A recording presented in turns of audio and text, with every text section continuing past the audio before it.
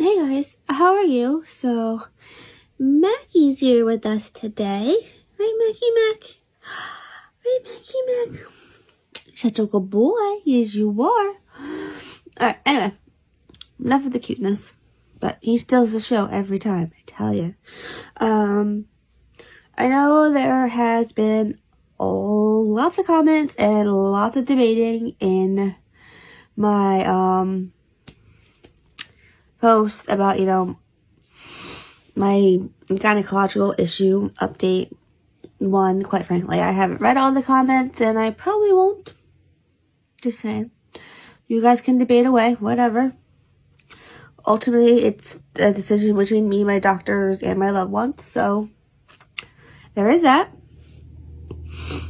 But I just wanted to come on here and do a little bit of an update. My gynecologist did call me today. She ended up being on call today, and she saw the ultrasound and saw, and just wanted to check up on me and see how I was doing instead of, me just talking to the on-call doctor, which basically gave me no answers whatsoever. And she's like, I figure like me and you could just talk and, and I'm like, yes, please. I'm like, I feel much better if I could just talk to you. You're my doctor, my case and everything like that. The plan is that I am going to call, what are you doing, buddy? I'm going to call, in the morning, to make an appointment with her as soon as I can, like ASAP, to discuss everything that we discussed on the phone, but in person. Because I don't see her till January. So I'm going to call and see if I can get in with her as soon as possible. She said if not, I can see any of the other doctors at her practice. Just not like a nurse practitioner or anybody because of the options that we have and what we might decide on.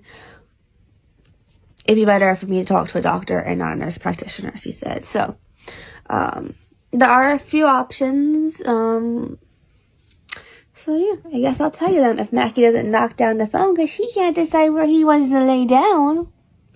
You lay down? Where you going? Anyway, Mac, come on, buddy. Come on, buddy, make up your mind. So, we did end the conversation with if the pain gets too severe and if I start bleeding very heavily, I am to go to the emergency room to make sure A, the cyst has not grown more, and B, that torsion is not happening. Because both of those things could still happen.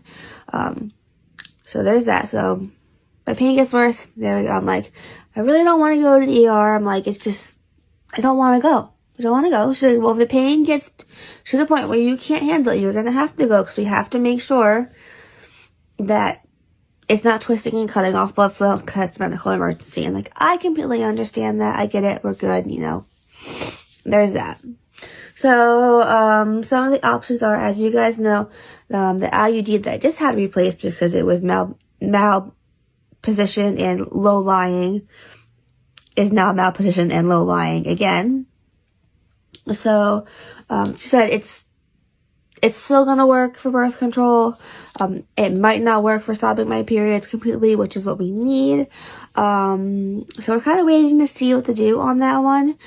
They can remove it and replace it in the office, or they can remove it and replace it in the operating room. But there's no saying that it won't just keep doing this again and again and again. Buddy. I need camera.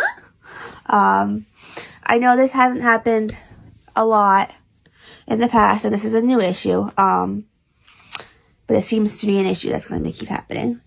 Mackie can't make up his mind what he's doing. Can you lay down, please? Thank you, buddy. Thank you. Good boy. Oh, anyway, so distracted by the cat. Another option is to remove the cyst and the right ovary. That's one of the options. Another option is to remove your cysts and remove both ovaries. There's also an ablation option. There's a removal of fallopian tube option, and there is the option to remove everything. Have a total hysterectomy as well as remove the ovaries. And that's actually what we are leaning more towards, because all the other options would fix one issue but not the other issue. Like, I need birth control, but I also need a way to stop my periods, because I do get very heavy and intense and severe painful periods. And also being on blood thinners, she said that's just gonna make everything worse. And since I've had the Mirena this so long, I've never had a full-blown period on the Mirena while on blood thinners, so I don't know how it's gonna be. So we are leaning towards that option.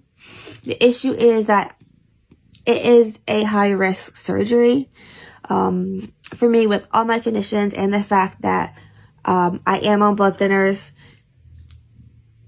So there's that. If we don't have to go that route, then that's fine. I am personally leaning more towards that route. It's the option that'll take care of everything that we need.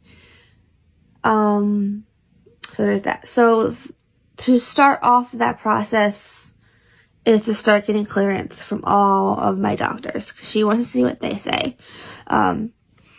Especially cardiology and hematology. I actually see cardiology tomorrow, so I'm going to bring that up. I don't see my cardiologist. I see one of his nurse practitioners. So I don't know how that's going to go, if they're going to make me have another appointment just to discuss clearance for surgery. And if they do, that's fine. Like, there's no rush, you know what I mean?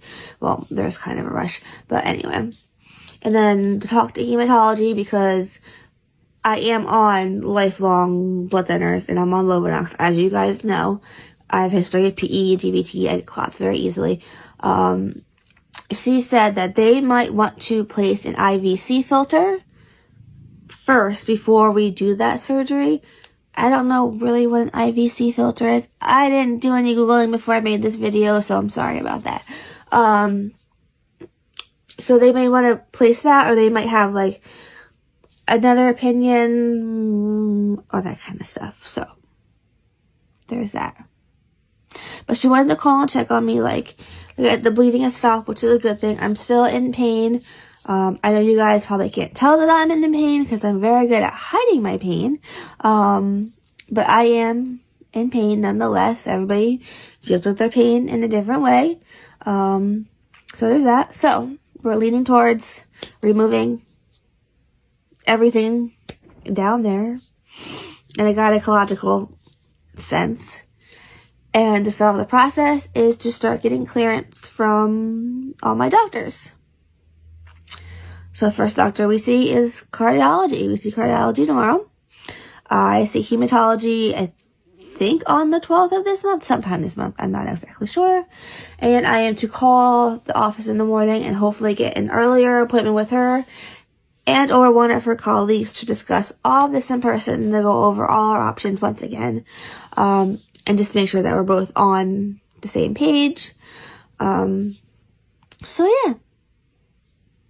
There's that.